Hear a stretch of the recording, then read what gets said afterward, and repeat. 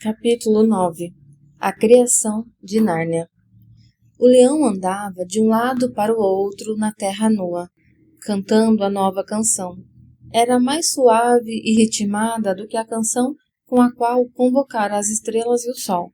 Uma canção doce, sussurrante. À medida que caminhava e cantava, o vale ia ficando verde de capim. O capim se espalhava desde onde estava o leão, como uma força, e subia pelas encostas dos pequenos montes como uma onda. Em poucos minutos, deslizava pelas vertentes mais baixas das montanhas distantes, suavizando cada vez mais aquele mundo novo. Podia-se ouvir a brisa encrespando a relva, e surgiam outras coisas além da relva. As mais altas encostas iam ficando escuras de urzes, manchas de um verde mais intenso apareciam no vale. Dígore não sabia ainda o que eram, até que surgiu uma pertinho dele, uma coisinha espigada que ia lançando braços para os lados, e os braços se cobriam de verde e iam ficando maiores a uma grande velocidade. Havia muitas dessas coisas à sua volta agora. Quando ficaram quase do seu tamanho, viu o que era. São árvores, exclamou. O único problema, como Polly observou mais tarde, é que não se podia ter um só momento de paz para olhar bem. Mal Dígore dissera árvores, teve de saltar, pois tio André já vinha para roubar-lhe o anel do bolso. Não teria sido grande vantagem para o tio, caso o tivesse conseguido, pois visou o bolso esquerdo, pensando ainda que eram os anéis verdes que levariam para casa. Mas Dígore não queria perder nenhum dos dois. Pare! Gritou a feiticeira.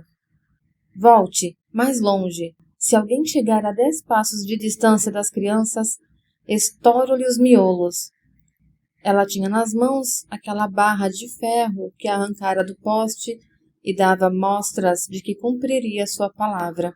E acrescentou, então, você está querendo partir com o menino para o seu mundo, deixando-me aqui. Dessa vez, a revolta de tio André levou a melhor sobre o seu terror. Sim, minha senhora, estou, sem dúvida alguma. É um direito que me assiste. Fui vergonhosa, abominavelmente tratado. Fiz o que pude para mostrar-lhe certas normas de civilidade. E qual foi a minha recompensa?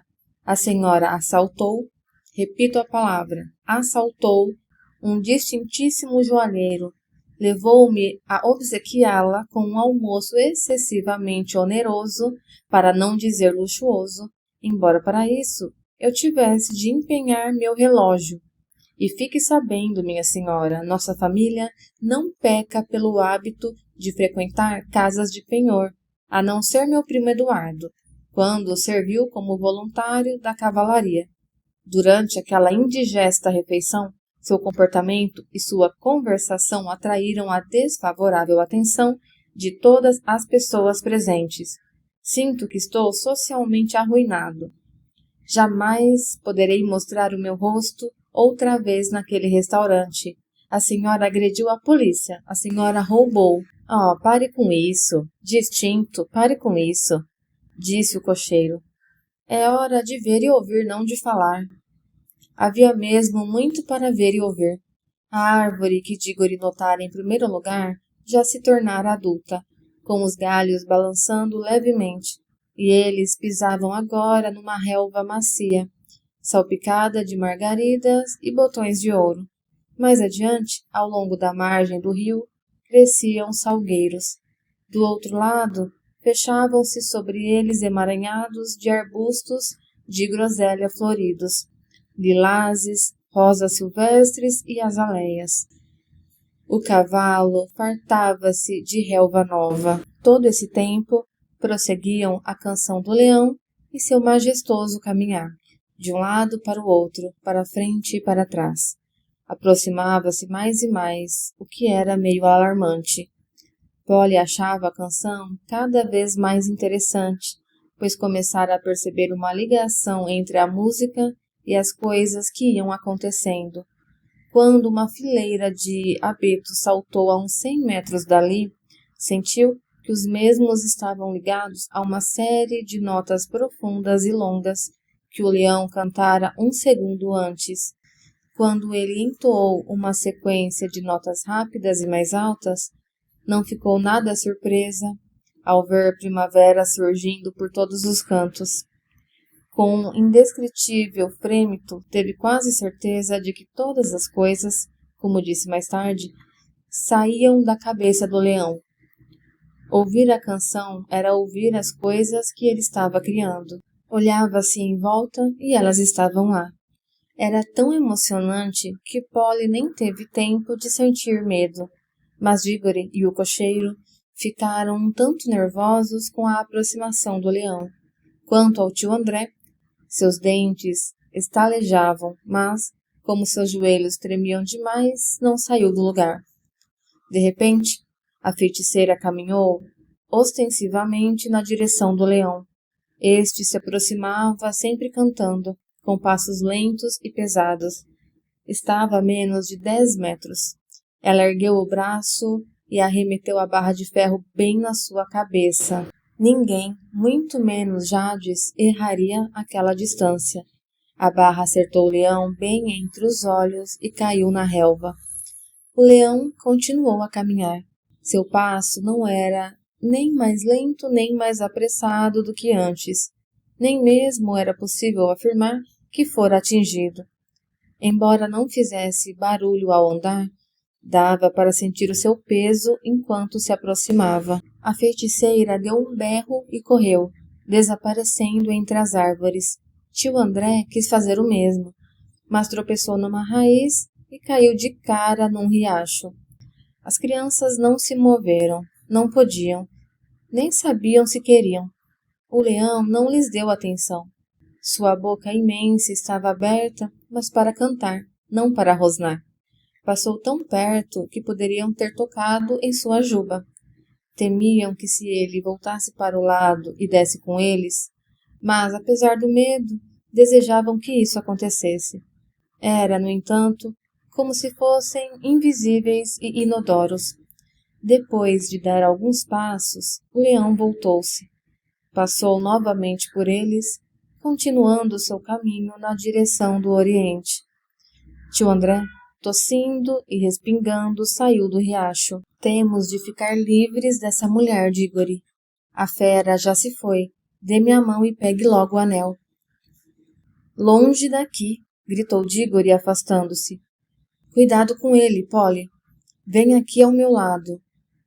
Vou lhe dizer uma coisa, tio André, nem mais um passo, senão a gente some. Faça o que eu lhe falei, rapaz, disse o tio. Você é muito desobediente, um jovenzinho muito mal comportado. Calma, disse Diggory. Queremos ficar e ver o que vai acontecer. Pensei que o senhor gostasse de conhecer outros mundos, não gosta mais? Gostar? Pulou o tio André. Olhe o estado em que estou. A minha melhor roupa. Estava mesmo uma coisa. Quanto mais elegante está uma pessoa, pior fica depois de embolar-se num cabriolé em frangalhos e cair dentro de um córrego. Não estou dizendo que o lugar não seja interessante, acrescentou o tio.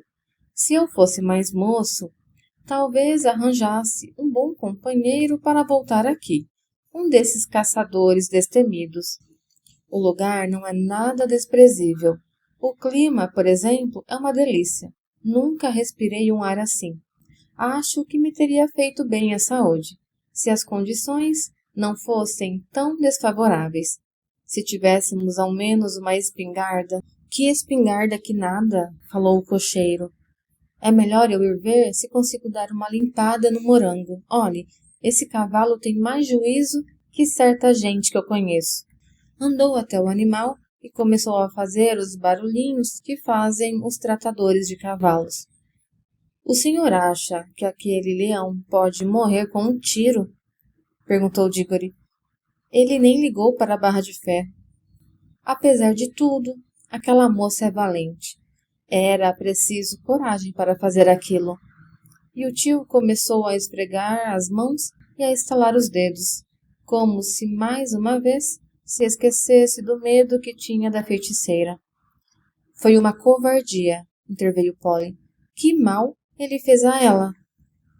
Ei, o que é aquilo? Perguntou Diggory ao avistar algo a uns metros de distância. Polly, venha correndo. Tio André também foi, não porque estivesse curioso, mas por querer ficar perto das crianças, à espera de uma oportunidade de apoderar-se dos anéis. Ao ver do que se tratava, acabou interessado.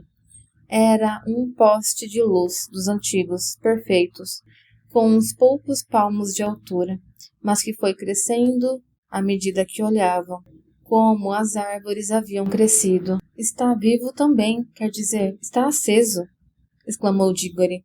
Era verdade. A claridade do sol, naturalmente, tornava difícil ver a pequena chama dentro do lampião, a não ser quando uma sombra se projetava nele. Notável, notabilíssimo, murmurou o tio André. Nem mesmo eu poderia imaginar magia como esta. Estamos num mundo onde as coisas todas, mesmo os postes, nascem e crescem. Não posso atinar com o tipo de semente que dá poste de iluminação. Não está vendo? Perguntou Diggory. É o lugar onde caiu a barra de ferro. A barra que ela arrancou do poste de Londres. Está virando um postezinho.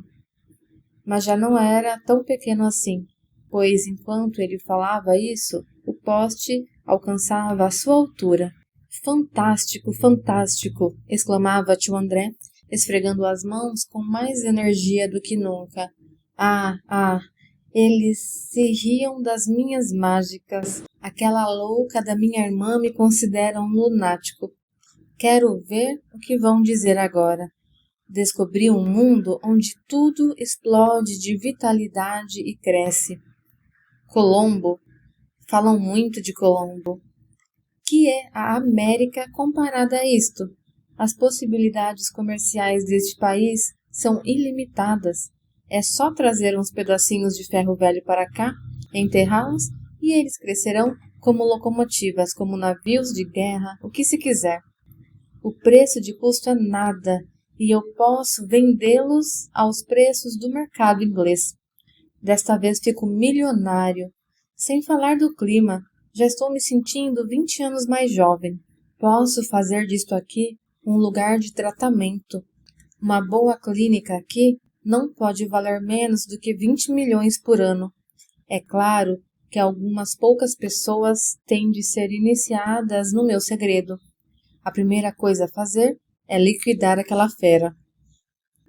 O senhor é igual à feiticeira, sem tirar nem pôr, disse Polly. Só pensa em matar.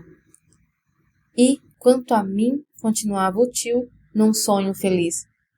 E imprevisível por quanto tempo poderei viver enquanto estiver aqui. Isso é uma coisa de capital importância quando já se chegou aos 60 anos. Não ficaria nada espantado se eu não envelhecesse nem um dia a mais nesta terra.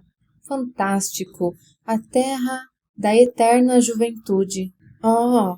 Exclamou Diggory. A terra da eterna juventude. Acha que é isso realmente? Lembrou-se do que dissera tia Leta, a senhora das uvas. E doces esperanças o animaram outra vez. Tio André, acha que alguma coisa por aqui poderia curar a mamãe? Que história é esta, menino? Isto não é farmácia.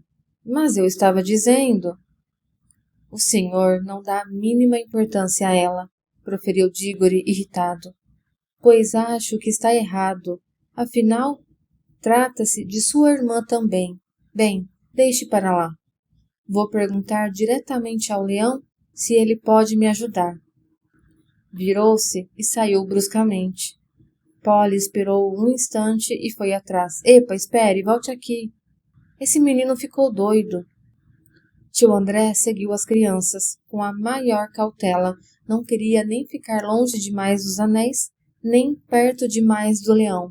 Em poucos minutos, Diggory atingiu a orla do bosque. O leão continuava a cantar, mas a canção era de novo diferente, mais agreste do que as outras. Fazia a gente querer correr, pular, subir nas árvores, gritar, ir ao encontro dos outros para abraçá-los ou esmurrá-los. Dígore ficou com o rosto quente, vermelho. Nem tio André escapou aos efeitos da música, pois Dígore o ouviu dizer: moça valente, que pena o temperamento dela, mas que mulher danada. No entanto, o que a canção provocava nos seres humanos não era nada se comparado com o que estava acontecendo ao resto daquele mundo. Você é capaz de imaginar um monte de terra relvosa a borbulhar como água na chaleira? Não pode haver melhor descrição do que estava acontecendo. Por todos os lados, a terra se inchava em corcovas. Eram montes de tamanhos diversos. Alguns do tamanho de um formigueiro, outros do tamanho de um barril, outros do tamanho de uma cabana. E as corcovas mexiam-se e ficavam inchadas até estourarem. Aí a terra se derramava e de cada monte surgia um bicho. As toupeiras iam aparecendo e também os cachorros, latindo no momento em que livravam a cabeça, do mesmo modo como fazem para atravessar uma passagem estreita na cerca. Os mais divertidos eram os veados, pois os galhos dos chifres surgiam muito antes do resto, dando a impressão de árvores. As rãs iam logo coachando, dar um mergulho no rio. Panteras, leopardos e os bichos desse gênero punham-se logo a limpar as patas traseiras e as garras dianteiras. Borboletas esvoaçavam. Abelhas começavam imediatamente a trabalhar com as flores como se não tivessem um segundo a perder. Mas o grande momento, o maior de todos, foi quando o maior dos montes de terra partiu-se como um pequeno terremoto e de lá surgiram o vasto costado, o carão ajuizado e as 4 colunas que servem de pernas ao elefante. Já mal se escutava o canto do leão. Era um mugir, um crocitar, um uivar, um bramir, um relinchar, um latir, um trinar, as vozes todas dos animais. Mas Dígore ainda podia ver o leão. Estava tão grande e tão brilhante que era impossível tirar os olhos dele. Os outros animais não mostravam o menor medo. Dígore ouviu naquele instante um som de cascos. Um momento depois, o velho cavalo do cabriolé passou a trote e foi reunir-se aos outros animais. O ar fizera-lhe bem, como fizera bem a tio André. Já não parecia nem um pouco com o pobre e velho escravo das ruas de Londres. Pisava firme de cabeça erguida. Pela primeira vez, o leão ficou em total silêncio, indo e vindo entre os animais.